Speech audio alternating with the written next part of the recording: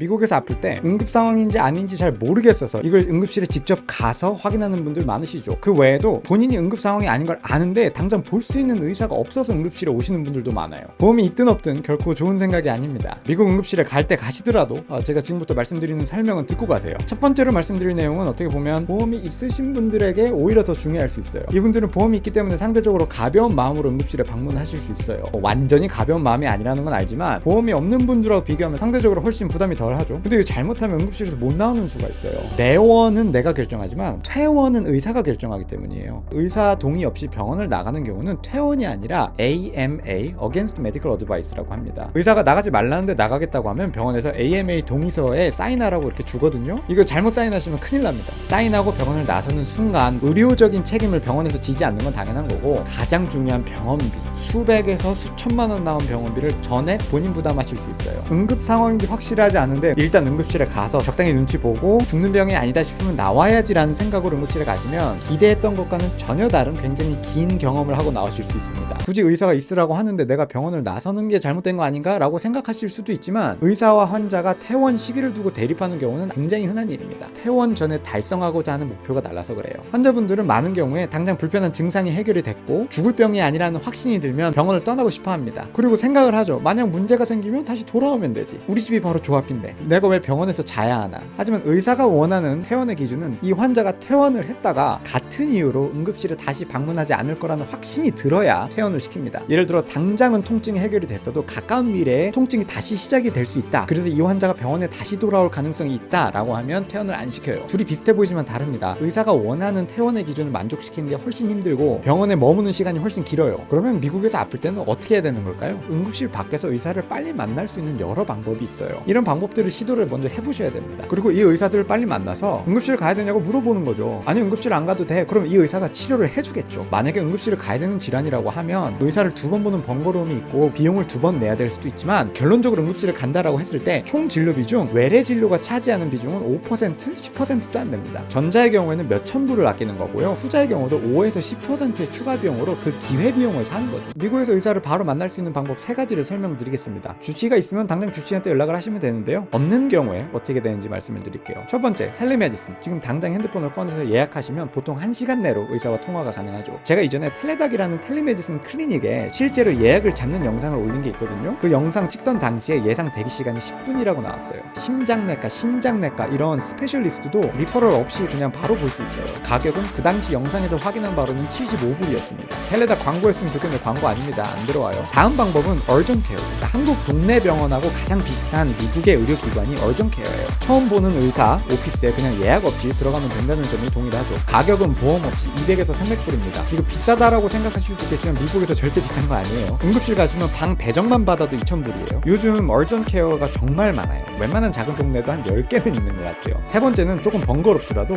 이참에 PCP를 만들어버리세요. 만약에 기존에 PCP가 있으셨던 분들도 이렇게 급하고 내가 필요한 상황에 PCP가 오늘 바빠서 빨리 못 봐주니까 응급실 가라고 한 경우라면 주치의 바꿔버리세요. 제가 다른 영상 통해서 좋은 PCP의 조건에 대해 말씀드린 적 있죠. 그때 첫 번째로 말씀드린 게 의사가 필요할 때 내 곁에 있어야 한다라는 조건이었습니다. 요즘은 워크인으로 바로 볼 수 있는 PCP 엄청 많아요. 가까운 프라이머리 케어 오피스에 전화해보시고 오늘 내가 너네 신원 등록하면 바로 니네 의사 볼 수 있냐고 물어보세요. 물어봐서 된다고 하면 신원 등록하시고 그 자리에서 보시면 되죠. PCP 첫 만남부터 아파서 오는 분들 굉장히 많습니다. 제가 PCP니까 잘 알겠죠. 보험이 있으면 본인 부담금은 10에서 30불밖에 안 되고요. 보험이 없어도 200에서 400불 정도면 됩니다. 마지막으로 보너스 옵션 CVS 미니 클리닉이 있죠. 이마트에는 이마트 약국 마냥 CVS 안에 있는 구멍 동네 병원입니다. 의사는 없고요. 간호사가 있어요. 그래도 항생제 처방이나 간단한 검사는 다 가능합니다. 어떤 레벨의 병원으로 가야 하느냐, 트리아지를 도와줄 수 있죠. 제가 지금 설명드린 옵션들에 대해서 자세히 설명해 놓은 영상이 따로 있으니까요. 한번 봐주시면 미국에서 살면서 언젠가 도움이 될 날이 있을 겁니다. 유튜브나 블로그를 통해서 미국 병원비에 대한 무서운 경험담을 많이 들어보셨을 거예요. 제 댓글에도 많이 공유를 해주셨고요. 대부분 사실입니다. 사실이긴 한데 이런 경험담들 자세히 살펴보면요, 응급실, 입원, 앰뷸런스가 포함이 되어 있습니다. 얘네들을 빼고 외래 진료만 받는 경우에는 한국에 비하면 여전히 비싼 건 사실이지만 이런 무서운 경험담에 비하면 5분의 1, 10분의 1밖에 안 돼요. 한국과 미국 외래 의료 시스템이 너무 다르다 보니까 많은 분들이 응급 상황이 아닌데 응급실을 가는 경우가 자주 발생을 하고, 그래서 병원비에 대한 공포스러운 경험담들이 자꾸 더 많이 퍼진 것 같아요. 미국 의료 시스템을 잘 알고 있으면 하면 감기, 위경련도, 요로감염 이런 우리가 살면서 경험하는 비응급 질환들을 치료하겠다고 수천 불씩 내는 그런 황당한 일은 없으실 겁니다. 외국 나가면 다 마찬가지겠지만 특히나 미국 병원은 아는 게 힘이에요.